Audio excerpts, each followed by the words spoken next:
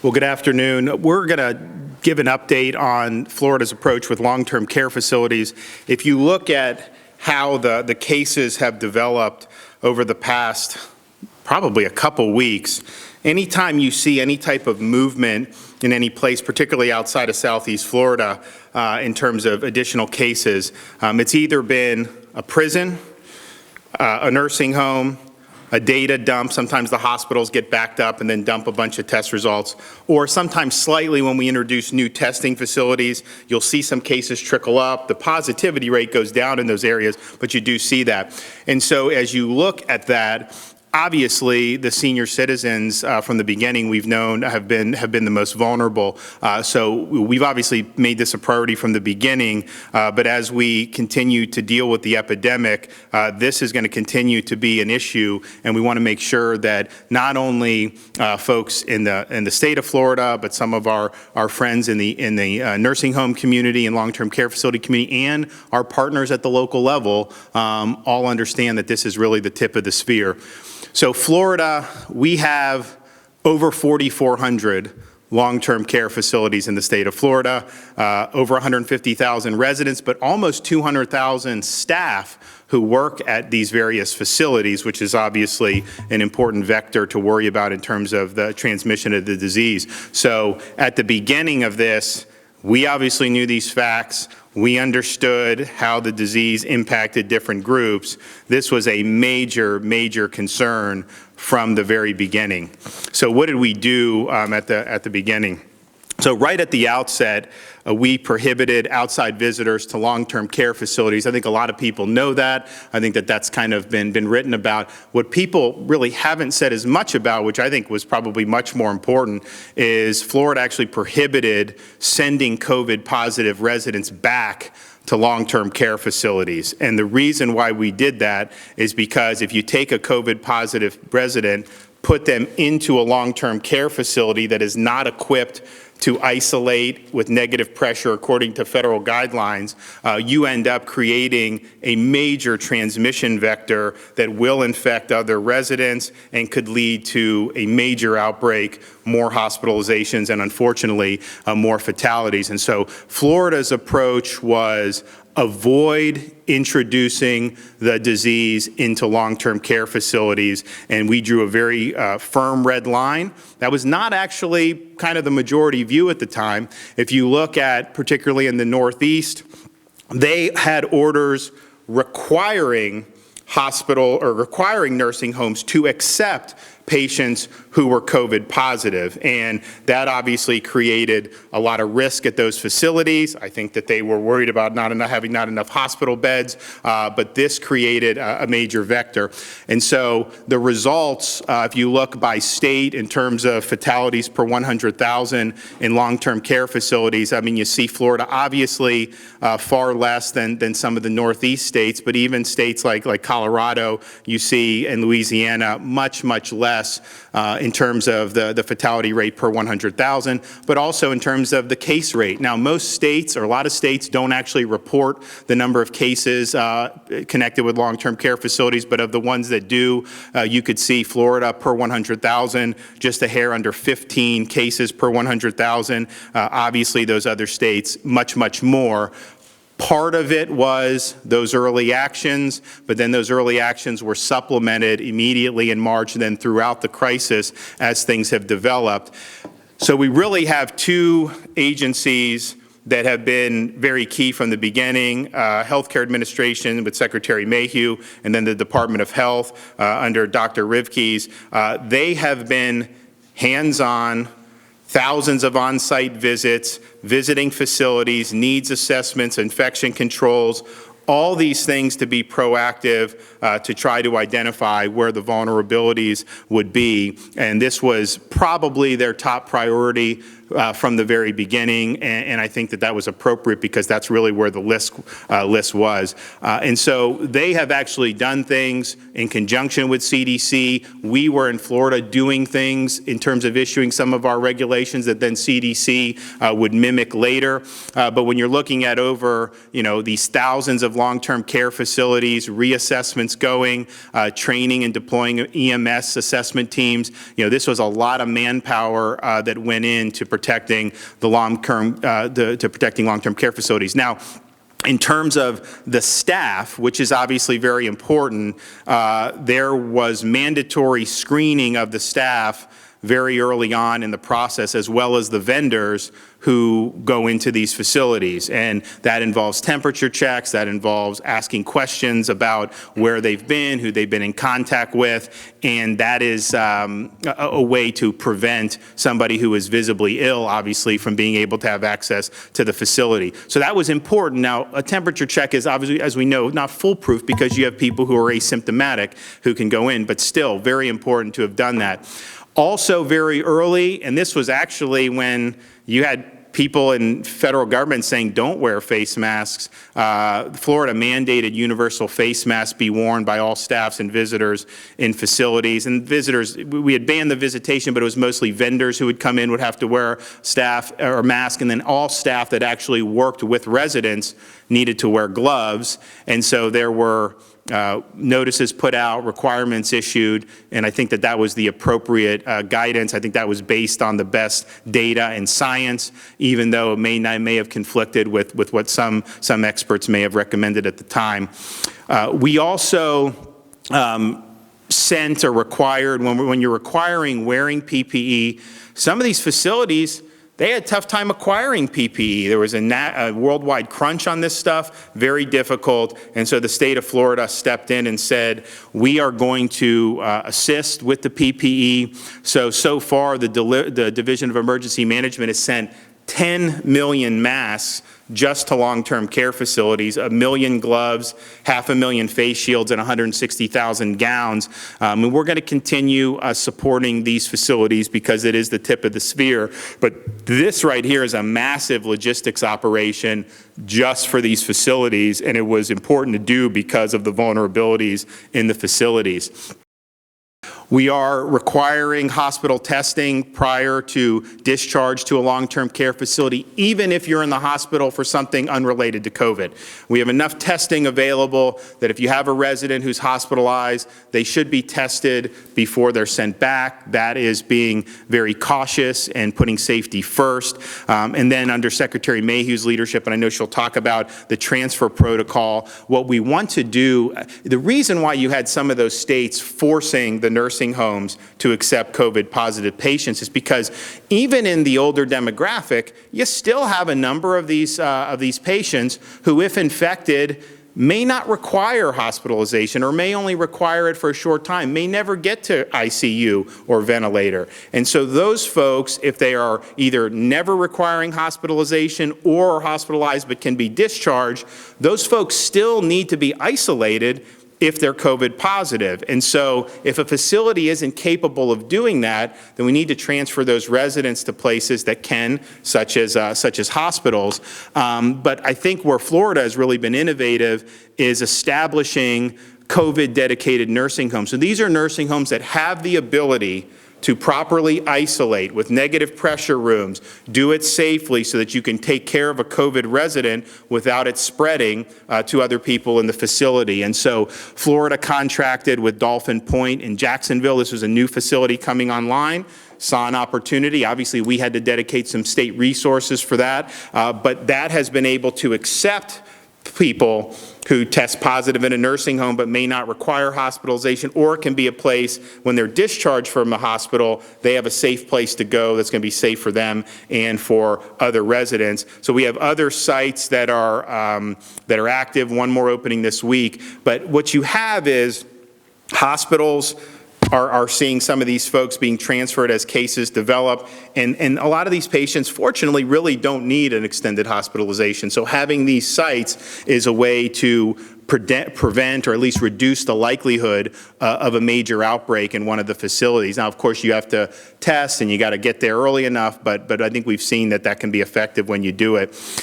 We, of course, are having DOH in these facilities, infection control, staff testing. The staff obviously is the major vector from bringing this in. And I think if you look of over the 4,000 facilities, we've probably had just a handful who really just dropped the ball and just didn't follow anything.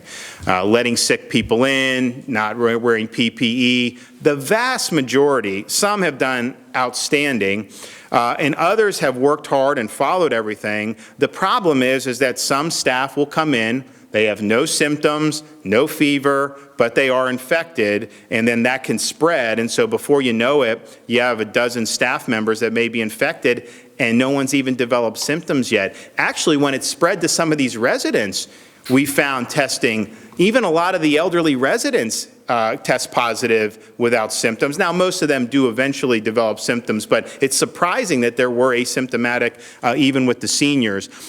We are doing a lot of testing. DOH has a great plan of kind of next steps going forward. One of the things, and I'll mention in a minute though, there is surveillance testing going on, which is a way to identify a trend or a blip. You're not testing everyone when you're doing surveillance. You're trying to do representative samples and try to figure out if we see any flare-ups in any of these facilities. I think Secretary Mayhew has been very, very proactive in working with the hospital CEOs on this particular issue, because this is just a fact of life when you have a virus like this that is that directs most of its fury to the very elderly.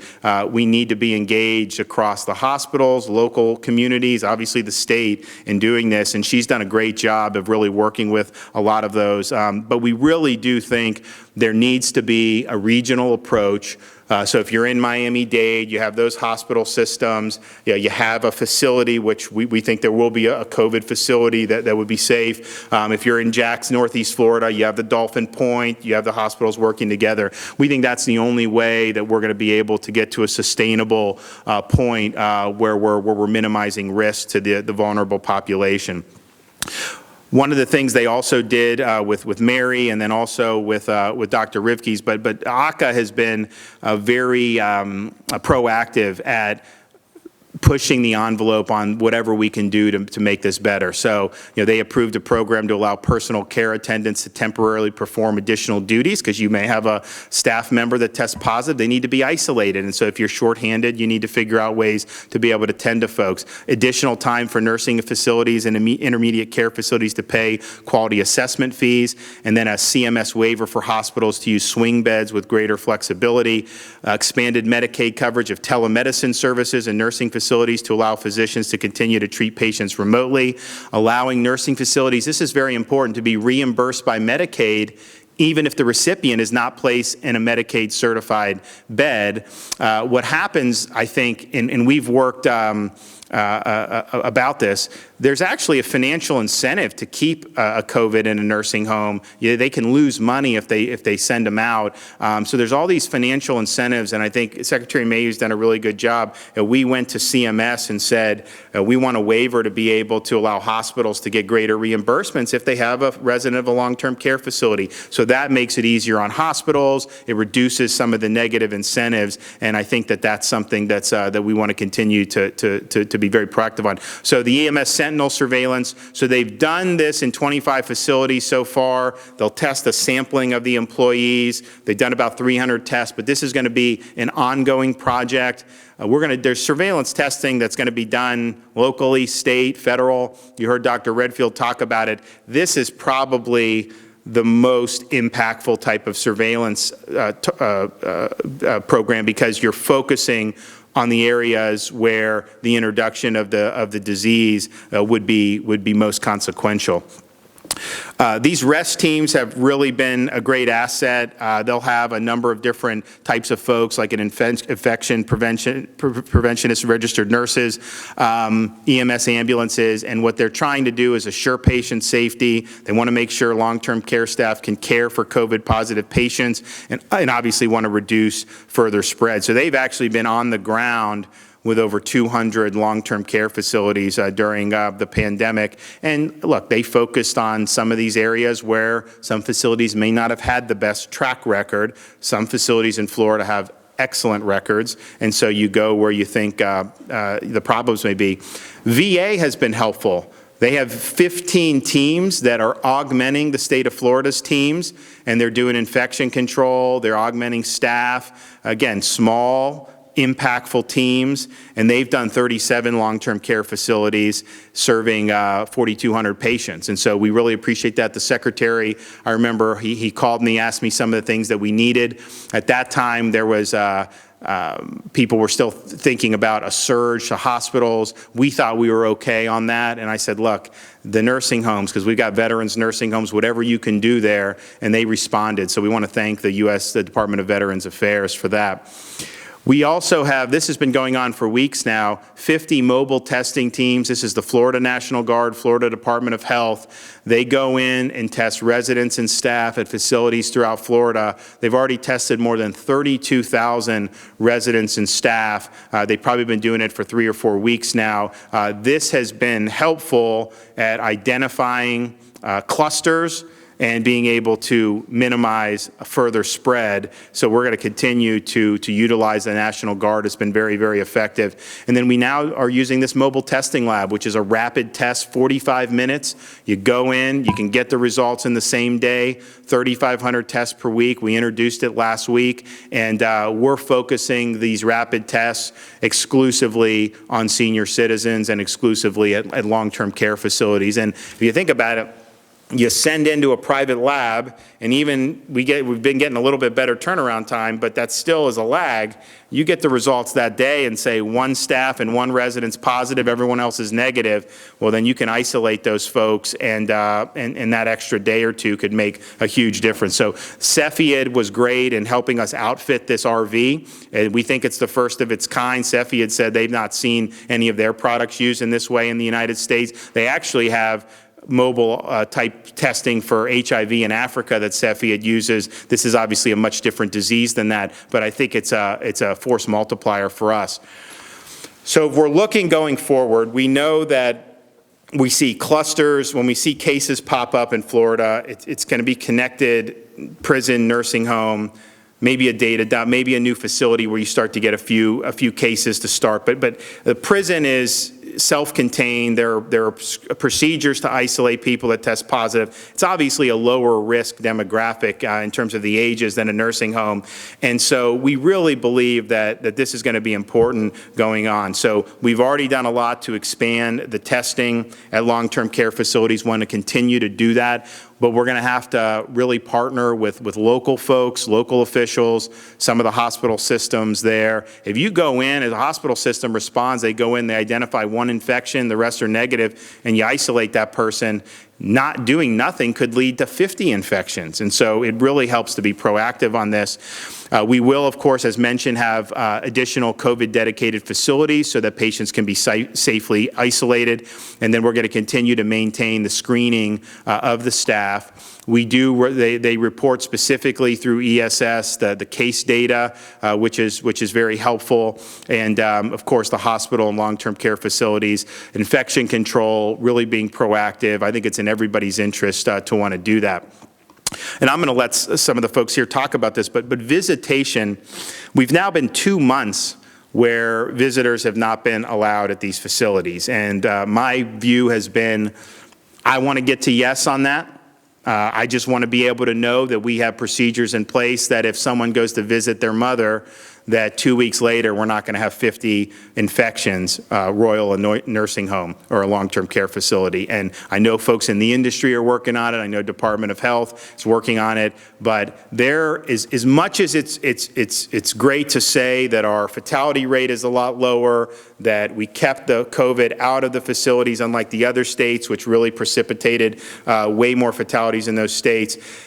Having the isolation does come at a psychological and social cost. And I think one of the frustrating things throughout this whole process has been an inability of people to ever discuss the negative effects of mitigation. You very rarely hear that certainly discussed in any media. But this is an issue, and we can't just turn a blind eye. Yes, it was right. We had no choice. We had to do it. But we've got to figure out a way to get to yes. We've got to figure out a way to give some folks hope and be able to see their family. And so we're working on it.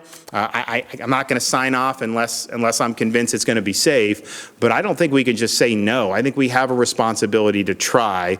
Now, that may be requiring PPE, maybe it requires a rapid test.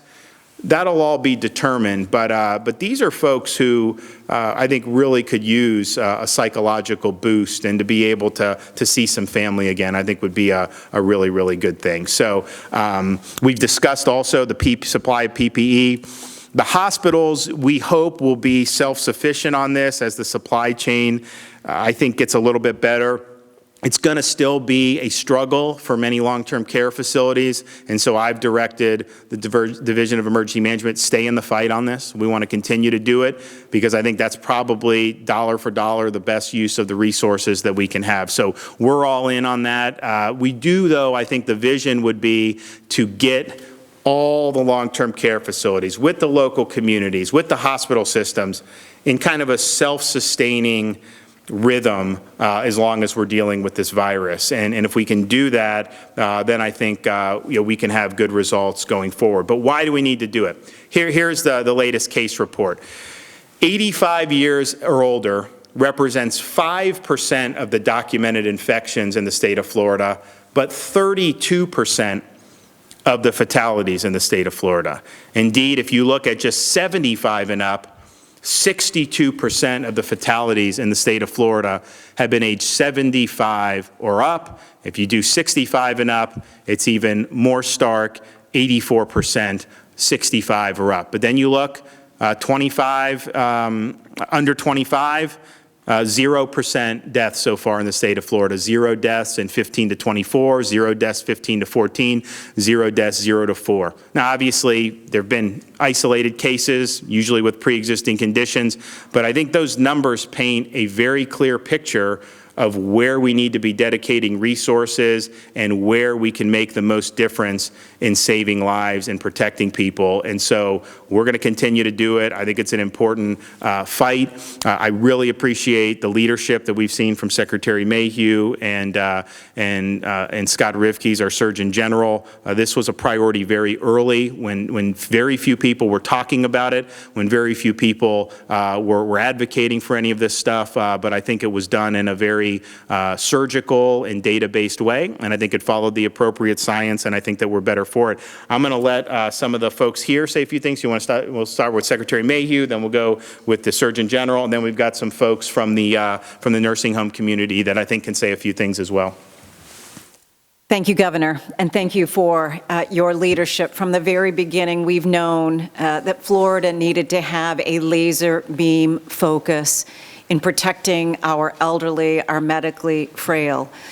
It is absolutely heartbreaking what we have seen and experienced over the last many weeks, and it extends from the challenges that our nursing homes have faced, their frontline caregivers, the level of commitment and dedication, the isolation, Governor, that you described from family and friends, but all done to aggressively support our most vulnerable. We have known from the beginning that this aggressive and deadly virus posed the greatest threat to our elderly, and that within these residential facilities, that the risk of rapid transmission was greatest.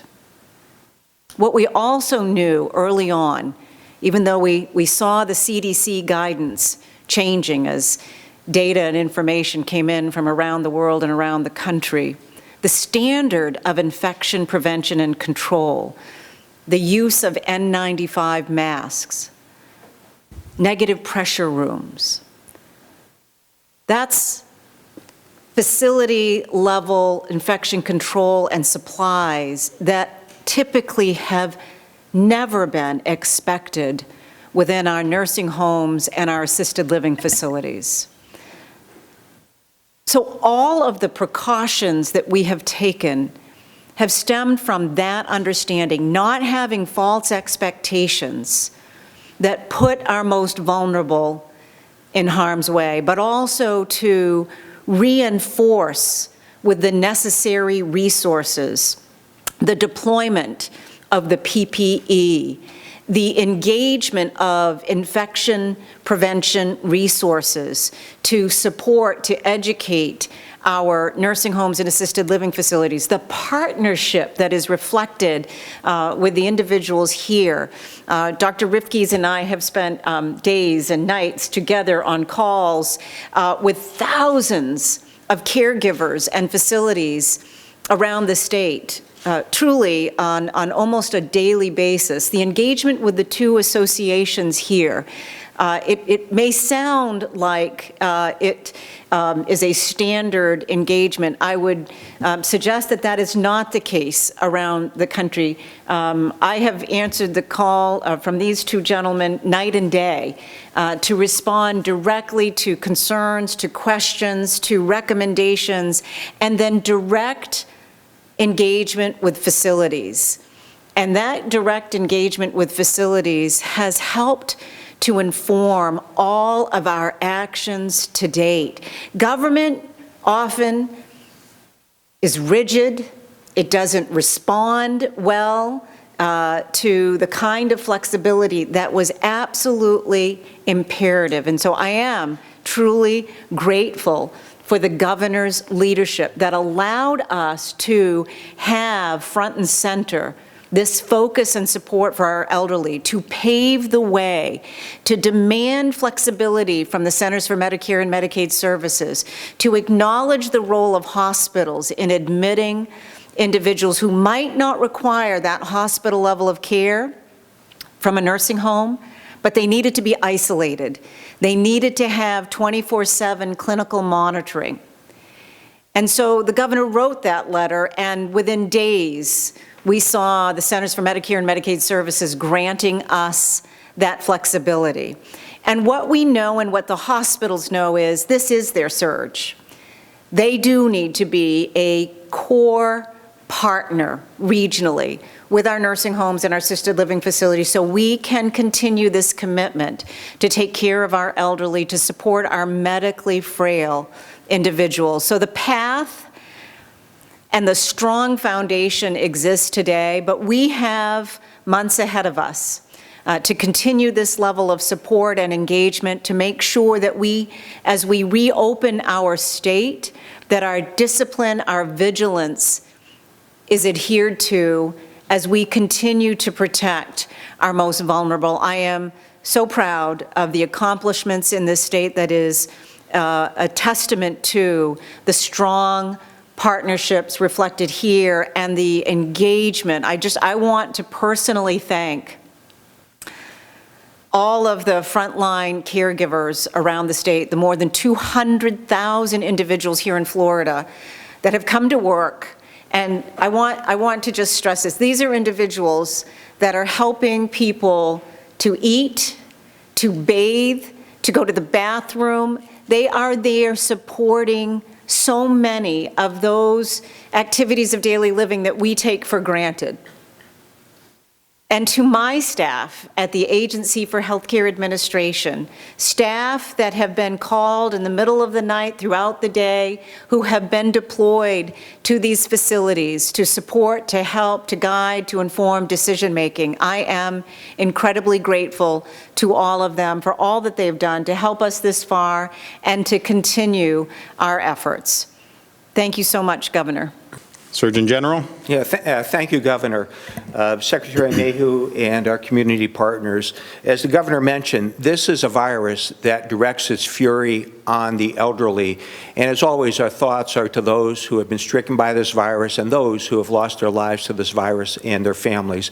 From the very beginning, this was something that we focused on in terms of some of the major areas of efforts, educating facilities and workers about this virus, identifying workers when they are ill so we could screen individuals from potentially introducing COVID-19 into facilities. The restriction of visitors played an important role early on, was in community. Infection control measures, the proper distribution and use of personal protective equipment, evaluating residents when they are ill so we can stop the spread within a facility, How do we separate COVID patients from non-COVID patients in facilities? And then also, if a resident develops COVID-19, where's the best place where that individual can get their care? This has been a very collaborative and proactive effort right from the very beginning. In January, when we saw this virus coming, we started developing messaging. We started working with long-term care facility organizations to start getting the messaging out. As the governor mentioned, in February, we actually started screening of staff and visitors, trying to identify individuals who would be ill, individuals who may have been traveled or were exposed to sites where there was COVID-19. We started a regular series of calls with long-term care facilities. As the governor mentioned, on March 11th, an executive order was issued limiting visitors to these facilities. Our efforts continued throughout March. In mid-March, we actually established an emergency call center where any facility could call 24/7 if they had concern about a resident who had COVID-19. We developed strike teams early on, so if a facility had a COVID-positive patient, we would go in there immediately to make sure that individual had the medical care that they would need and support that facility as needed. We also initiated a series of visits from Department of Health personnel and emergency medical services to more than 4,000 facilities. 4,000 facilities to talk about important infection control measures. We also started an initial surveillance study in March of workers in long-term care facilities to get an idea as to what the prevalence was. And as the governor mentioned, very important measure that was instituted March 18th, and that is the wearing of masks with a recognition that there could be asymptomatic spread and pre-symptomatic spread. And this is something which is a very important measure that we continue to follow. In April, we continued our activities, increased distribution of personal protective equipment, increased educational activities, and as the governor mentioned, we've also started increased testing of nursing homes, assisted living facilities, to the point now where more than 32,000 individuals, which include residents and staff, have been tested.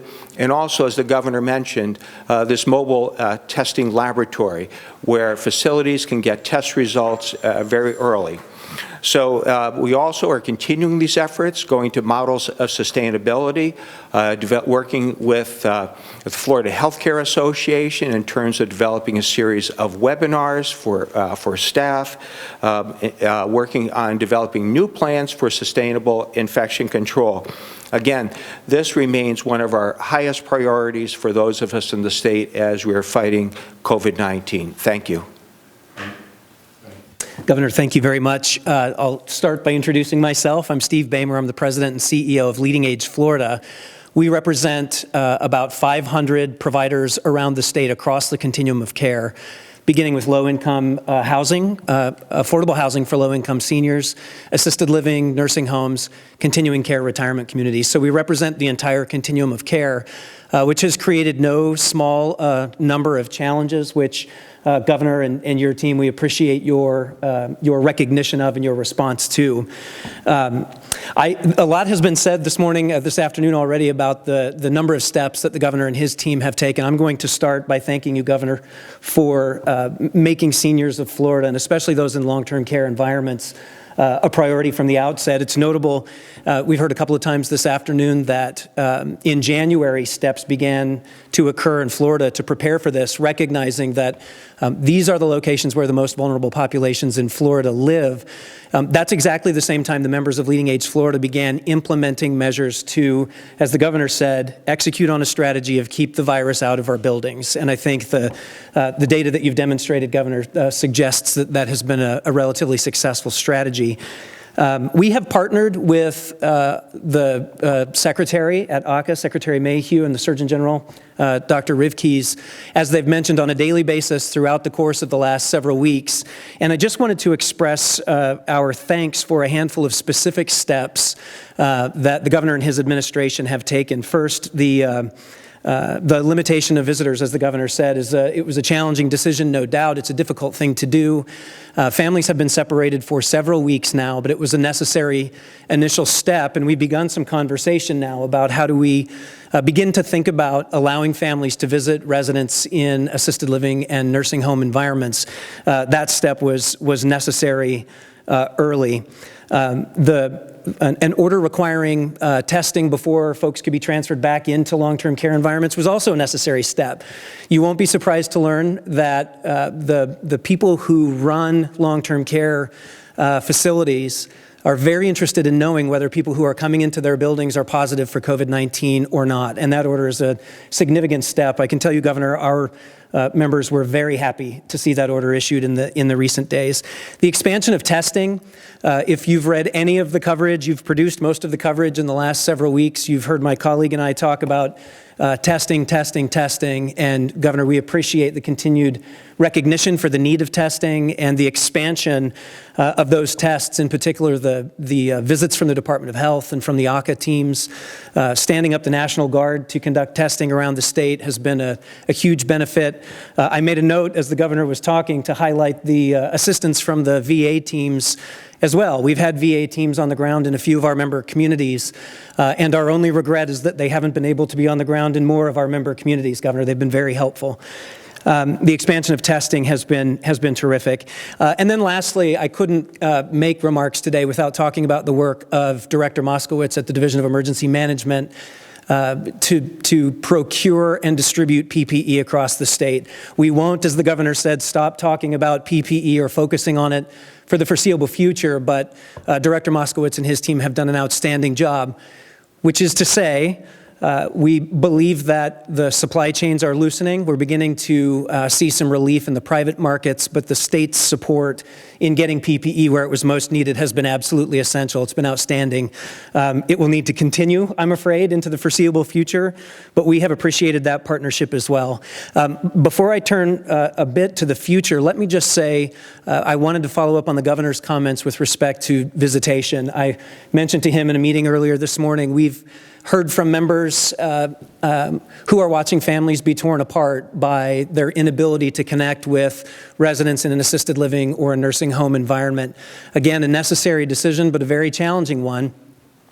Among the many steps our members have been taking since January to get through this crisis and to ensure the safety and health of their residents were creative steps to make sure that families and residents could stay in touch. And so they've deployed technology creatively. They've used internal television networks. They've done hallway and balcony bingo. If you can think of it, they've done it to try to make sure that residents were as mobile as they could be and that families were able to be in touch with them. Because we are acutely aware of the profound effects of social isolation, especially with potential mental health results as well. So appreciate your focus on that, Governor, and the opportunity to work with you. I would just say as we look to the future, we do have months of work still ahead of us. We are not there yet. We will continue to focus on PPE with, I think, a bit more specific, granular focus on particular items that are necessary. Again, with appreciation for the expansion of testing, we'll continue to push for, and I'm sure receive the governor's assistance with, expanded testing, both in terms of the kind of snapshot testing we're doing now for all residents and staff in long-term care facilities, but for repeated testing as necessary as well. We've all been hearing that testing gives us a snapshot, and that's correct. And so we'll continue to work with the governor and his administration on repeated testing when necessary to make sure that there aren't positive cases in these buildings. The focus on regional partnerships with hospitals has come up a couple of times this morning. I would only reiterate that those partnerships have been and are developing in our regions across the state. Those relationships with hospitals have been essential, both in terms of transfers, as we've heard about this morning, but also in terms of PPE. There's a particular area with the N95 mask requires fit testing. The kits to test for the appropriate fit have been difficult to find, but our partners in the hospitals around the state have been helpful in that way. Just one small example. Lastly, I'll close, Governor, and thank you again for the opportunity to join you and your team this morning by thanking you, Secretary Mayhew, and the Surgeon General for your expression of support for the caregivers in these communities around the state. We have watched as Folks have walked into the fire day after day after day for weeks to care for the most vulnerable population under extraordinarily challenging circumstances. And so we appreciate very much your recognition of the people who are doing this work every day, the support they continue to need from us as an association, from you as the public, and from you, Governor, and your administration. Thank you very much for the opportunity to be here. Great. And then, on testing, we obviously have devoted a lot of resources for it. We have a lot of tests available beyond the capacity of maybe the National Guard to administer. So if there are nursing, particularly skilled nursing facilities where they would have the wherewithal to actually take the samples, we absolutely could get a lot of tests out very quickly. And then we have contracts with labs, just put it in, FedEx, we'll get the results back. So I would say any of those facilities out there that do have the wherewithal to be able to actually conduct them, let us know. We will send you the supplies. We have the lab contract all taken care of, because that really is a force multiplier. I mean, as great as the Guard is with these 50 different teams, we got a state of 22 million people. It's pretty doggone big. We got over 4,000 facilities. Realistically, having some type of assistance in that respect would be a huge, huge thing. And I would also say, for all staff at these facilities, Florida's got 13 different drive-through test sites throughout the state. We've got 3 in Miami-Dade County. We've got 2 in Broward, 2 in Palm Beach, and then Orlando, Jacksonville, Fort Myers, Naples, Sarasota, Bradenton, Panhandle, and then that's just some of the things. Jacksonville, those are just some of the ones we're running. We've got walk-up sites. There's other healthcare providers that have set up different things. And I would just say, if you're a worker in one of these, avail yourself of that testing. We have at our 13 drive-through, we get about half capacity of what we could do. So don't feel shy about it. If you're a healthcare professional, you go right in line, get tested, no problem. And I think facilities should be having them do that once every couple weeks, because if we can identify an infection from a staff early, that could make the difference between completely obviating an outbreak in one of these facilities. And so those resources are there. Now, obviously, the Guard will show up, the mobile lab will show up. There's going to be other things for it. And of course, they can avail themselves of local healthcare resources, which we certainly encourage the hospitals to be proactive. But at a minimum, use the drive-through sites. The Guard does a very good job on it. But I mean, we're at 4, 5, 6,000 tests a day on all those sites, where we could do usually twice that many, and I think that would be something good. So especially if you're in some of those very delicate positions, it's important to get tested in those situations, even if you're not symptomatic, because we know there's asymptomatic and pre-symptomatic spread, and getting those test results just make it. And we're also actively engaging in the private market with some of the new things that are coming online.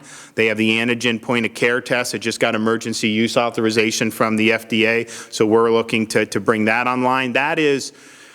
It's a good test for if you're positive. There's a little bit of a specificity drop if you're negative. So there are some false negatives. Not a lot, but there are. But this is important stuff. Certainly a positive test on that would be very good.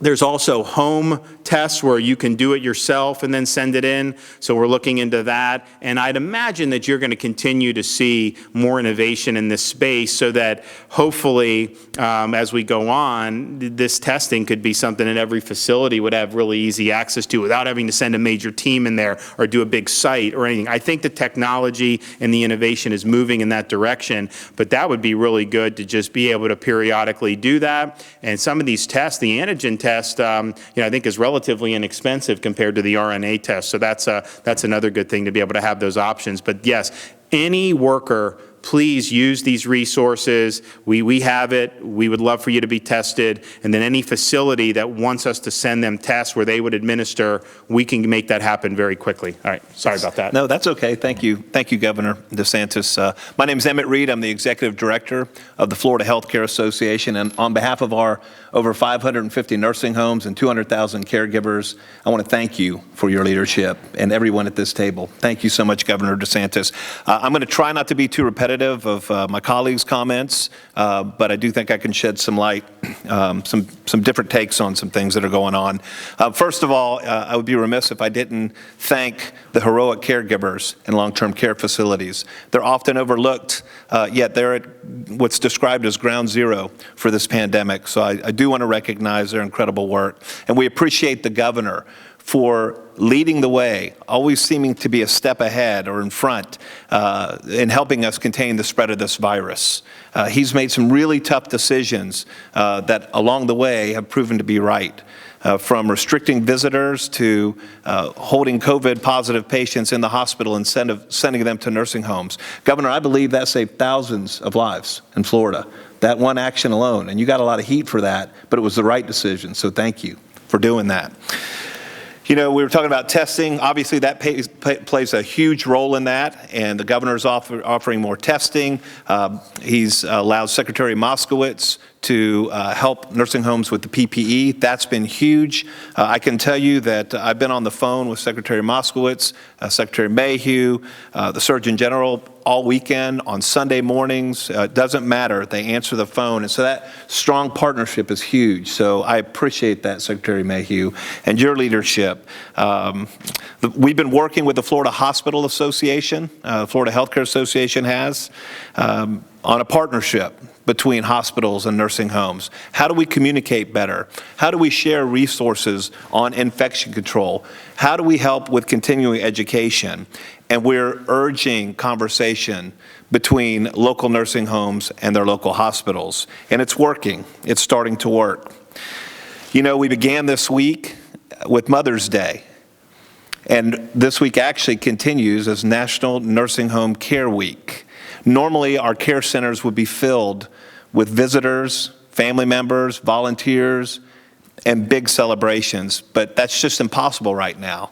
But we do share your concerns, and we can share your desire to get things back to normal in a safe manner. And so we're working on that because we want family members to be able to hug their grandmother, their grandfather, their aunt, their uncle, their brother, their sister. We know the residents want things to return back to normal too. They want to be able to play bingo. They want to have meals with their friends, but we have to do it safely. And the governor has always focused on safety of the residents first, and we believe that's the right way to do this.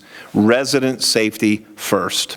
So after conversations with the Surgeon General and with Secretary Mayhew, the Florida Healthcare Association put together a task force of infection control experts, clinicians, nursing home administrators, assisted living administrators, representatives from the Florida Hospital Association to find out what would it look like and what does it need to look like to safely open up our long-term care centers. Our recommendations are going to be focused on strong screening procedures, testing, proper infection controls and PPE, designated areas with appropriate social distancing, along with a process that is facility and community specific based on the impact of COVID-19. The Florida Healthcare Association looks forward to our continued work with the strong leadership of Governor DeSantis, Secretary Mayhew, the Surgeon General, and Secretary Moskowitz. We thank you for your support of the long-term care community, and we look forward to moving forward together. Thank you. Well, thank you very much. Just a couple other updates. We do now have this new FDA-approved drug, remdesivir, so that's just being made available to folks. I think we have enough doses right now. What, about 200 patients, would you say? Do you know how much, something around that line? It'll be 100 to 200. 1 to 200. So we have about 250 people on ventilators statewide, so that'll take probably most of those. But that's another interesting thing. If you look at the number of people hospitalized in the ICU in Florida, our peak was at probably, what, 850 to 900, something in that line. We're now down in the 450 range, probably over the last 4 or 5 weeks. The hospitalization trends have all been, in terms of just a run-of-the-mill citizen getting COVID, going to the hospital, it's been a real noticeable decline. Where we're seeing hospitalizations is because of the transfers. So these are a lot of folks who really don't require hospitalization, they need isolation, but they're being go and all these other things. And I think Secretary Mayhew's right. Look, the hospitals were half empty throughout this whole thing. they were never overrun. And so now you may have some situations as we continue to get different facilities COVID compliant so that they can actually do it in a place like Dolphin Point. You may be seeing transfers. But you know what? Getting the COVID positive out of the nursing home will potentially save lives. If it spreads, you will have more infections and more fatalities. And so we appreciate the hospitals that have worked on this. Obviously, we're going to continue. We're going to hopefully have some announcements very soon, some different parts of the state. But we just have to remember that putting somebody who's COVID positive back into a nursing facility that is not equipped to isolate with negative pressure is a major, major hazard to the health, safety, and wellness of those residents. And all you have to do is look. You saw the Northeast approach where they forced them back in. You saw Florida's approach where we forbid COVID positive from going back in. Those states have more fatalities in nursing homes than Florida has total. Those states, many of them are half our size, and they have more nursing home deaths than Florida has had in total with 22 million. When you do it by population, it's not even in the same ballpark. So these decisions have consequences. And I was talking to someone at HHS that said, you know, yeah, Florida doing per 100,000, obviously controlling for population, but that doesn't even really do it justice because we have such an older population that if you even factored that in, it would be even more stark. So taking the extra step to protect our seniors and to support long-term care facilities has been worth it in the state of Florida. And all you have to do is look at other places that did not follow the way we did it. So I want to thank the folks in the industry. I do want to thank everybody who's working at these facilities. I mean, this is a very, very stressful time. You're dealing with residents that you know are at high risk if they were to acquire this virus. And you may be doing everything right, pass every screening. People have this and don't even know they have it. So it's been a very, very difficult, high-pressure time. And I think you look at the facilities for the number of cases that we have as a percentage. We have so many facilities who've never had a single infection documented. I mean, thousands of facilities with not even one. And then we have a number of facilities that have had between 1 and 5 where they found it, they isolated it, and they prevented a major outbreak. So I think that they've played a huge role in this. But I think the message is going forward is this will continue to be the tip of the spear. You look around the country, as the virus has receded from where it was in the middle and end of March and beginning of April, you still see the cases in the meatpacking plants. You still see outbreaks in prisons. And unfortunately, you do see outbreaks in the long-term care facilities. And so the virus is not going away. You're not seeing as many outbreaks throughout the country, I think, as people feared. But all it takes is one introduction into a long-term care facility, and you could have 50 people infected within a week or two. So this is a very high-risk environment for this, and this virus has shown that there's certain environments it really thrives on. Any of these really close contact environments, enclosed environments, that's why you keep seeing cases popping up in all these other areas. And so Florida's in it for the long haul on this. We believe that this has been important to do. We're glad we did it. We understood where the risk was.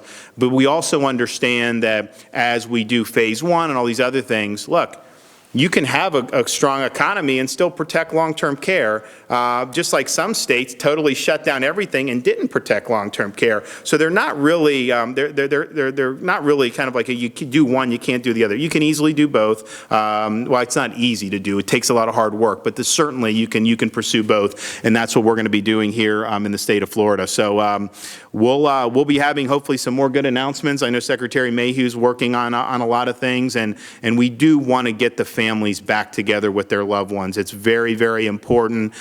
We obviously got to put safety first, but I think this separation, human beings are not meant to be separated, particularly family members, and especially with some of our residents as they get older. These are important moments, and we want to get them back together, and we'll work hard to do that very soon. Questions? I thought I heard Secretary Mayhew said it could be a couple of months before you get those families back together. Is that a fair assessment of the timetable? Well, I don't think any of us really know. I mean, I think we're gonna solicit some input from the home, from the long-term care facilities, and I'm gonna look at it and look. If it's a situation where we're running a risk of having an outbreak, we just have to err on the side of caution. But and we'll also see how this evolves over the next coming week. So I wouldn't want to put a firm timetable on it, but I also don't want to give people false hope and say, oh yeah, you know, we'll be in there in 2 weeks, because I can't guarantee that. We have thought about with the rapid test, could we go and maybe test visitors, and then 45 minutes later they could go in if they're negative. The problem with that is, it wouldn't be fair. Like, which facilities are you going to do that for? We have so many facilities to just go to one. So I'm not sure that ultimately is the best solution. Yes, sir. I have a question about universal testing and whether or not you've considered it. What's that? Have you considered universal testing for all the residents and staff at all of the facilities across? So we want to do that. Yeah, we obviously want everyone tested. Now, some residents don't want to be tested. So when the National Guard goes in, some of them say no, and we've respected that. But yes, we want every resident who wants a test to be able to do it. We have the tests available. It's how you administer them. So we think that would be a good thing. And then for the staff, for sure. I mean, that from the very beginning of this, when all the test facilities that we stood up, the drive-through sites, they always had a dedicated thing for first responders and healthcare workers, because we understood they were on the front line. And so this is something where the numbers we're showing for a National Guard going in and testing, that doesn't mean that's the only thing, because you've had these workers that have gone through and been able to get a lot of tests. And so that's been a good thing. We want to continue to do it. But I do want to just stress, the tests are available in the drive-through. So please, if you want it, do it. We want each facility to have a testing regimen for their employees. Now, we have had some who've expressed concern because if someone tests positive, they got to be isolated. You could end up shorthanded very quickly, and I understand that, but I think we've got to err on the side of getting the information and getting the testing. Every long-term care facility have all their staff tested in the next 2 weeks. The White House, on Monday, made that recommendation. Why is Florida not pursuing that same recommendation? First of all, Florida has done more than any other state. So we've led the way on testing. We want to test as many people as we can. And but we have 4,400 facilities, so I don't want to give false hope to say, oh yeah, everyone will just show up. We can distribute tests, so if people want to do it, do it. We can, I think, accommodate every worker if they want to go to the drive-through, but it's going to take a nuanced approach to be able to logistically do it. And of course, we've already tested a lot of folks throughout this whole time. They've always had a dedicated lane. They've always been able to go regardless of symptoms and get tested. So a lot of them have already been tested, which is obviously a very good thing. And of course, they've all been screened for illness every day, or required to be screened for illness every single day since mid-March, which is very, very important. So we're going to continue to lead on this, and we're going to continue to expand testing. The surveillance testing is something that's important too, because if you're doing surveillance testing and continue to get negative, you know, that's a pretty good indication that the virus isn't permeating those facilities. And so I think that was a good innovation, and we're going to continue to do it. But we want every staff member to get tested, and we're happy to work with them to get that done. Now, the residents, we want to get tested too, but there have been some that just don't want it, and so I don't know that we're going to force that, but I think for any resident that wants it, we want them to get tested as well. Yes, sir. Are you planning on extending the moratorium on evictions? I think we've done that, or I think we will probably do it to the end of the month. I got to look to see whether we've. What's that? It expires the 17th. Yeah, I think we're going to do it through the end of the month, but we'll have an announcement on that, I think, pretty soon. Yes, sir. I want to ask you. Behind you, Mike. Are you prepared to let Broward County move to phase 1 of their reopening, and what should the county do about its beaches? So as you know, on the beaches, I've let locals make that decision from the beginning. I never understood the outrage. I think that was more based on partisanship than based on anything. But I also understood dealing with the mayor of Fort Lauderdale, Miami Beach. I mean, they had situations where those are just a little bit different than like St. Augustine or the Panhandle or whatever. So I thought that making those local decisions made sense. So we're going to let them make those decisions how they see fit. I will tell you that there have been a lot of ink spilled saying how Jacksonville or all these places, and the fact is we've not seen outbreaks from it, and it's because this virus prefers indoor, enclosed, close contact transmission. Doesn't mean you can't do it outdoors, but if you're maintaining social distance and you're kind of just with your family, I think it's very low risk. But I also understand in some of the more populated areas like Miami and Broward, kind of maintaining that social distance may be a little more challenging than it would be in like a Brevard County, which has had the beaches open the whole time, has one of the lowest fatality rates in the state, 600,000 people, and have generally done a good job. In terms of phase one, I know they're going to be presenting me kind of with their plan. I will say this, Broward has definitely trended well. If you look at their infections, their cases are down, and Miami has too. I mean, they were 500 cases a day at the beginning of April. And now they've trended down. I think they've been in between 100 and 200, and that is including Homestead Prison. I mean, those are those cases. And so I think that they're both proceeding very thoughtfully, so we'll have a decision on that very soon. It's also important to note, when we moved the other 64 counties to phase one, I didn't really do full phase one. If you look at what was provided by the White House in terms of what you could do phase one, you could do the restaurants with half. I did 25%. You could do movie theaters. We didn't do that.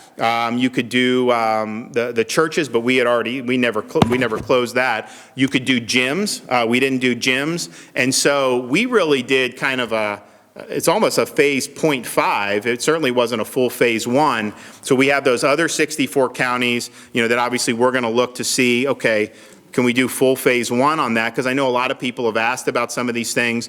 And then the Southeast Florida counties, Palm Beach wanted to go to kind of that modified phase one. So they did that on Monday. They haven't had as severe as Broward or Dade, but I mean, they certainly were more severe than anywhere else in Florida outside of that. But I think they had a good plan. I've talked to Mayor Jimenez. He's got a really good plan. We're in contact with the mayor of Broward, the administrators, and we've worked with them from the beginning. And that's really how this has been done, because we have a big, diverse state. This is a radically different outbreak in different parts of the state, and we knew what Mayor Jimenez needed to do in Miami-Dade was going to be different, what needed to be done in Duval or Okaloosa or some of the other places. And as we go into this phase one, the 0.51, however we term it, it's going to be the same thing. And so these are going to be local solutions, working collaboratively with the state. But my view has tended to be, if the commission has a plan or the mayor has a plan and it's sensible and the health folks sign off on it, my view is to want to work with them on all those different things. The one thing I am going to do probably this week is all professional sports are welcome here for practicing and for playing. Now, we're not going to necessarily have fans, but there's been reports that Major League Soccer may want to have their season in Orlando. Do it. We want to have you here. We want to have the basketball practicing again. We would love to have the Major League Baseball. And I think the message is that our people are starved to have some of this back in their lives. It's an important part of people's lives. So we want to be able to do that. I think we can certainly do it in a way that's been safe. And we have had events, UFC, these other things. We're having there's a charity golf tournament in Juno Beach on Sunday. It's going to be on NBC at Seminole Golf Club. The next week, Tiger Woods, Phil Mickelson, going to be at Medalist and Hope Sound. So we want all that. But all these professional sports are going to be welcome in Florida. That may not be the case in every other state in this country, as we've seen. And so what I would tell commissioners of leagues is, if you have a team in an area where they just won't let them operate, we'll find a place for you here in the state of Florida, because we think it's important and we know that it can be done safely. We're also going to be looking at some of the stuff with our youth sports as well. It's very important, and we need to figure out a way forward there. So we'll hopefully have some announcements on that very soon. Mike? Plan to reopen, can you talk about prisons and what you're doing to mitigate the huge spread that we're seeing in cases there? What kind of resources?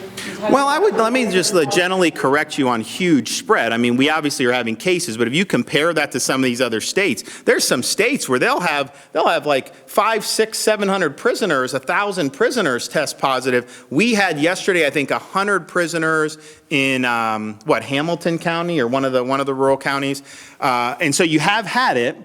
And the percent positive has been higher than the percent positive in the state as a whole. I think that they're between 10 and 15% in the prisons. But understand, there's some other prisons throughout this country where 75% of them are testing positive. And so I think that's a testament. Now, we are going to continue to expand the testing in the prisons.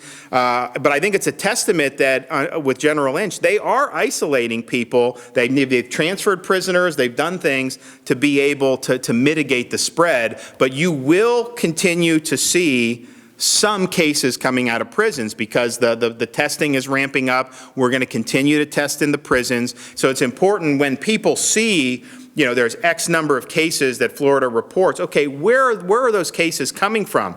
They're coming from prisons. It's not that doesn't matter, but that's obviously a discrete issue that's not really indicative of a community outbreak. Same, I would argue, with the nursing homes. Very important issue. A super important issue, but probably a discrete issue and not necessarily indicative of what's going on in the community. So you're going to continue to see those cases. We obviously would like to see fewer cases in long-term care facilities, as much as get that as low as we can. But yeah, you're going to continue to see that. But there's been a lot of isolation. There have been transfers. Can you comment on where you're transferring them? Because if they get transferred to a hospital, that requires law enforcement at the hospital. Well, most of them, very few of them have needed that type of treatment. I mean, that's the thing with the prisoners, and I don't know with these more recent numbers, so I don't want to speak out of turn about Florida, but if you look at some of these other states, you'll have massive outbreaks in prisons, and they're almost all asymptomatic. Because a lot of this is their age and everything, and they tend to be a little bit younger. So that's just the reality. So you have not seen a huge amount of hospital resources have to be expended. I know there have been some on ventilators, I think probably now, but relatively few. So, and I don't want to say like because there's different things, and General Lynch is handling that, but just suffice it to say, they've taken a lot of steps to be able to mitigate the virus spreading. And I think if you look, even as you will see more cases in prison, the percentage of people testing negative and actually the staff, it's amazing. There haven't been a huge number of staff that are testing positive. You would think in the long-term care, we'll have staff outbreaks. Prison, it's been very small, 1 or 2 here, 1 or 2 there. I was expecting you to see a lot of staff members testing positive, but you just haven't seen it, and that's something that's very, very important. One more question. Thank you, Don. And the HEROES Act, have you had a chance to look at it yet? Do you support what you see so far, or?